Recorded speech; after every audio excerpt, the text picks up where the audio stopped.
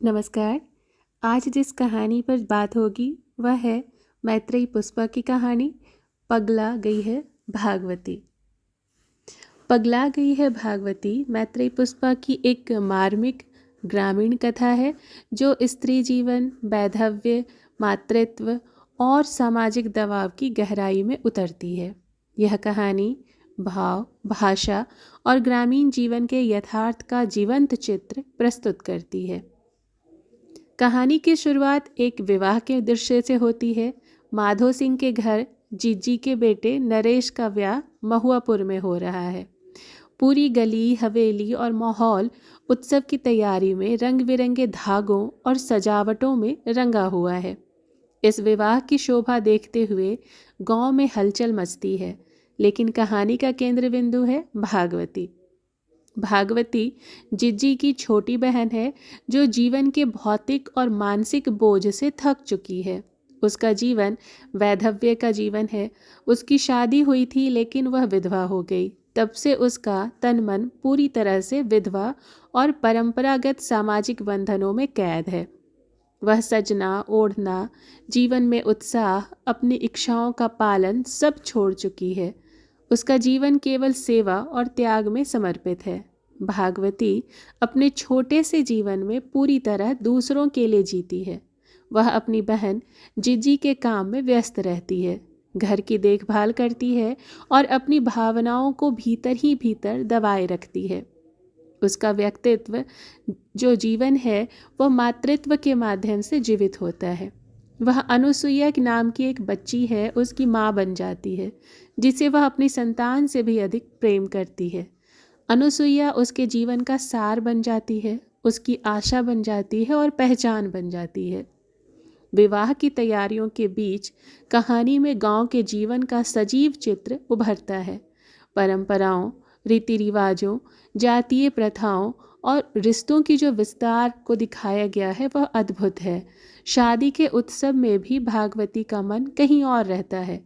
वह अनुसुईया की चिंता में मगन रहती है और अपने अतीत की यादों में खो जाती है। कहानी का केंद्र बिंदु तब आता है जब विवाह के अवसर पर अचानक एक हिंसक घटना घटित होती है। विवाह समारोह के दौरान वर वधू के सामने अचानक पत्थरबाजी शुरू हो जाती है, जिसमें कई लोग घायल हो जाते हैं। इस हमले की जानकारी मिलते ही माहौल बदल जाता है। भागवती टूटकर चीख पड़ती है। उसका यह चीख पड़ना केवल व्यक्तिगत आक्रोश नहीं है, बल्कि सामाजिक अन्याय और जातीय भेदभाव के खिलाफ एक विद्रोह है। भागवती की चीख में उसके जीवन का पूरा दर्द समाहित है।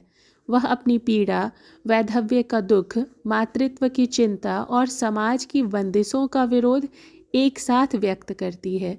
उसका कहना है कि यही दर्द उसने वर्षों से सहा है, यही कारण है कि वह पगला गई है। कहानी का समापन एक भावनात्मक और प्रतीकात्मक पल में होता है। भागवती का समाज के सामने चीखना उसकी हार नहीं, बल्कि प्रतिरोध की पुकार है। उसके शब्द, आज आंखें मूंद लई, बेटा की गलती दिखाई नहीं दई तुम्हें, इस बात का संकेत है कि समाज ने स्त्री की पीड़ा को अनसुना कर दिया है और यही उसे पागल करता है। मैत्रेयी पुष्पा ने इस कहानी में केवल एक व्यक्तिगत दुख कथा नहीं गढ़ी है, बल्कि यह स्त्री विमर्श का एक दस्तावेज है जो वैधव्य, मातृत्व, सामाजिक नियम, जातीय भेदभाव और स्त्री के अस्तित्व पर सवाल उठाता है। मैत्रेयी पुष्पा की यह कहानी केवल एक कथा नहीं, बल्कि जीवंत दर्पण है जिसमें ग्रामीण समाज की परंपरा, स्त्री जीवन का संघर्ष, मानसिक पीड़ा और जातीय सामाजिक संरचना की एक धड़कन है। यह कहानी सीधे पाठक के हृदय में जाकर चोट करती है, क्योंकि इसमें न केवल पात्रों की व्यक्तिगत त्रासदी है, बल्कि एक संपूर्ण समाज की मानसिकता का आईना भी है। पगला गई है भागवती में मैत्रेयी पुष्पा भागवती के जीवन के माध्यम से उस अदृश्य यंत्रणा को उद्घाटित करती हैं जिसे समाज स्त्रीत्व कहकर स्वीकार करता है, लेकिन जो वास्तव में उसका दमन और उसकी पहचान को मिटाने का एक रूप है। भागवती का पागलपन मानसिक विकार नहीं है, बल्कि सामाजिक अन्याय का प्रतिरोध है। यह कहानी स्त्री की आत्मा और सामाजिक चेतना का संघर्ष है। भागवती का व्यक्तित्व एक प्रतीक बन जाता है, एक ऐसी स्त्री का जो अपने दुख, असमानता और अपमान का सामना करते करते अपनी अस्वीकृति और विद्रोह के स्तर तक पहुंचती है। उसका पागलपन किसी मानसिक विकार से अधिक एक आवाज़ है, आवाज़ उस अपमान और उस दर्द की जिसे समाज ने अनसुना कर दिया। मैत्रेयी पुष्पा ने कहानी को एक ग्रामीण लोक संवाद की भाषा में बुना है, जिसमें हर शब्द, हर वाक्य पात्रों की अस्मिता और उनकी भावनाओं के साथ जुड़ा हुआ है। भाषा में जो सादगी है वह पाठक को कहानी के भीतर खींच लेती है। भाषा का भावनात्मक और संवादात्मक स्वर पात्रों को जीवंत बना देता है, जैसे जिज्जी का कठोर प्रेम, भागवती का मौन दर्द और गांव के लोगों की जिज्ञासा पूंजी सब मिलकर एक सामाजिक दस्तावेज तैयार करते हैं। भागवती कहानी का केंद्र बिंदु है, जो स्त्री की पीड़ा, मातृत्व का मोह और समाज की हठधर्मिता का प्रतीक है। उसका वैधव्य केवल एक व्यक्तिगत दुख नहीं है, बल्कि सामाजिक संस्कारों की बेड़ियों का प्रतिबिंब है। जिज्जी परिवार और समाज का प्रतिनिधित्व करती हैं। वह एक मुखर स्त्री है, लेकिन उसकी आवाज़ भी परंपरा की चौखट में घुटती है। अनुसुईया भागवती का जीवन बंधन है। वह केवल एक बच्ची नहीं, बल्कि भागवती की ममता और उसकी अस्मिता का जीवंत रूप है। गांव और समाज स्वयं एक पात्र है, जिसमें जाति, संस्कार, पुरुष वर्चस्व और सामाजिक नियमों की जकड़न है। कहानी स्त्री के अस्तित्व, उसकी ममता और उसकी स्वतंत्रता पर प्रश्न उठाती है। भागवती का पागलपन स्त्री की अस्वीकृति और विद्रोह का स्वर है। भागवती की ममता अनुसुईया में व्यक्त होती है, जो उसके लिए संपूर्ण जीवन का अर्थ बन जाती है। यह कहानी परंपरा, जाति, वर्चस्व और सामाजिक अपेक्षाओं के ताने बाने को उजागर करती है। कहानी में पात्रों के आंतरिक संघर्ष और भावनाओं की जटिलता प्रमुख है। मैत्रेयी पुष्पा ने कहानी के अंत में भागवती की चीख में वह दर्द समेट दिया है जो शब्दों से व्यक्त नहीं हो सकता। पगला गई है भागवती केवल एक कथानक नहीं, यह एक आह्वान है समाज के उन हिस्सों के लिए जो स्त्री के दर्द को देख नहीं पाते या उसे दबा देते हैं। यह कहानी हमें सोचने पर मजबूर करती है कि क्या समाज ने स्त्री को उसकी पहचान और स्वतंत्रता दी है, या केवल उसकी देह और काम करने की शक्ति को ही अपने अधीन किया है। मैत्रेयी पुष्पा की यह रचना ग्रामीण जीवन, स्त्री विमर्श और सामाजिक यथार्थ का गहन चित्रण है। यह कहानी हिंदी साहित्य में एक महत्वपूर्ण स्त्रीवादी दस्तावेज के रूप में खड़ी है, क्योंकि इसमें व्यक्तिगत और सामाजिक पीड़ा का एक साथ विवेचन है। पगला गई है भागवती न केवल एक कहानी है, बल्कि यह स्त्री विमर्श, सामाजिक प्रतिबंध और मानवीय संवेदनाओं का जीवंत दर्पण है। यह पाठकों को भागवती की पीड़ा, उसके मातृत्व का त्याग और समाज के उन जटिल प्रश्नों के साथ छोड़ देती है जिनका हल केवल न्याय, समानता और समझ में है। मैत्रेयी पुष्पा की यह कहानी एक ग्राम कथा ही नहीं, बल्कि स्त्री के विमर्श को सामाजिक संरचना का एक जीवंत सांस्कृतिक दस्तावेज बनाती है। यह कहानी नारी के अस्तित्व, उसकी पीड़ा और विद्रोह को प्रस्तुत करती है। यह कहानी पाठक को भीतर तक झकझोरती है। शीर्षक अपने भीतर समाज का आरोप समेटे है, जैसे यह कह रहा हो कि स्त्री का पागलपन केवल उसका व्यक्तिगत मानसिक विकार नहीं, बल्कि सामाजिक दमन का परिणाम है। कहानी का कथ्य दो आयामों पर आधारित है, व्यक्तिगत और सामाजिक। व्यक्तिगत आयाम है भागवती का दुख, उसका वैधव्य, मातृत्व, उसकी मानसिक पीड़ा। सामाजिक आयाम है गांव का परंपरागत परिवेश, जातीय संरचना, विवाह संस्कार और स्त्री के प्रति सामाजिक दृष्टि। मैत्रेयी पुष्पा ने इसे एक ग्रामीण लोकवार्ता की शैली में प्रस्तुत किया है। गांव की भाषा, स्थानीय संवाद और पात्रों के आचार व्यवहार कहानी को यथार्थ का रूप देते हैं। यह शैली कहानी में एक जीवंत दस्तावेजीयता भरती है। भागवती केवल एक पात्र नहीं बल्कि एक स्त्री आइकॉन है। उसका जीवन वैधव्य, मातृत्व और सामाजिक अस्वीकार्यता का संघर्ष है। उसका पागलपन मानसिक विकार नहीं बल्कि प्रतिरोध का स्वर है।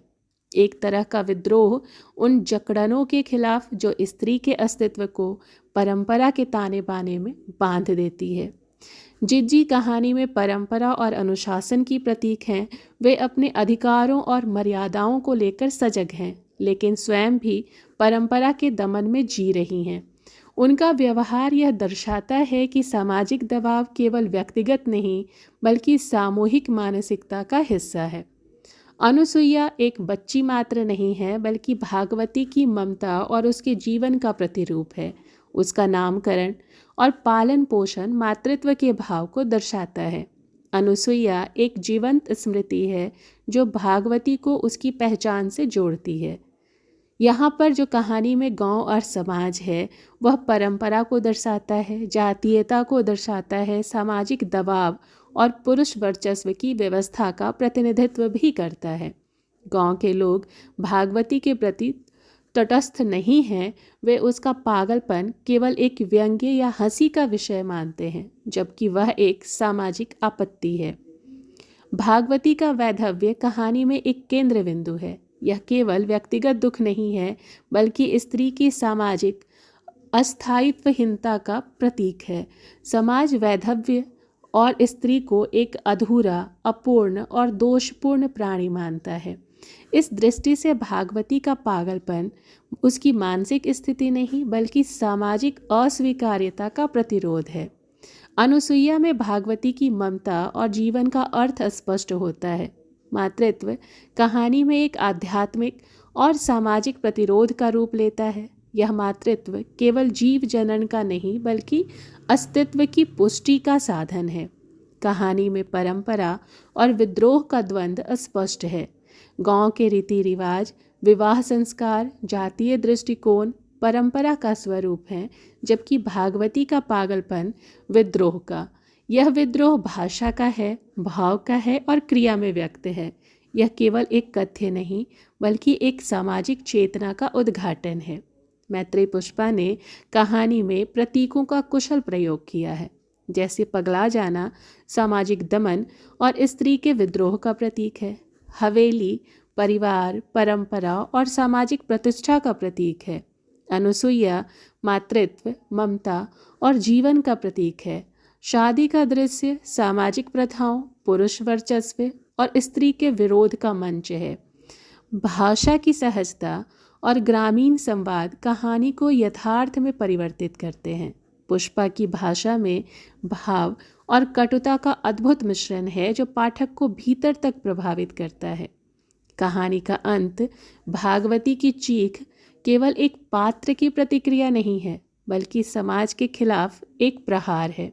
यह चीख स्त्री विमर्श और सामाजिक न्याय की पुकार है। यह सवाल उठाती है कि क्या स्त्री को उसकी पहचान और स्वतंत्रता दी गई है या केवल उसकी देह और काम करने की क्षमता को ही अपने अधीन किया गया है। पगला गई है भागवती स्त्री विमर्श, सामाजिक प्रतिबंध और मानसिक पीड़ा का एक गहन दस्तावेज है। यह कहानी व्यक्तिगत पीड़ा और सामाजिक संरचना का एक साथ विवेचन प्रस्तुत करती है। मैत्रेयी पुष्पा ने ग्रामीण समाज, स्त्री जीवन और परंपरा के बीच के जटिल द्वंद्व को ऐसे उकेरा है कि यह हिंदी साहित्य में स्त्रीवादी लेखन का एक महत्वपूर्ण संदर्भ बन जाता है। साहित्य में इसका महत्व इस तरह है कि यह कहानी केवल कहानी नहीं बल्कि स्त्री विमर्श का एक शोध पत्र है जो समाज को स्त्री की पीड़ा और अस्मिता पर प्रश्न करने के लिए बाध्य करता है। धन्यवाद।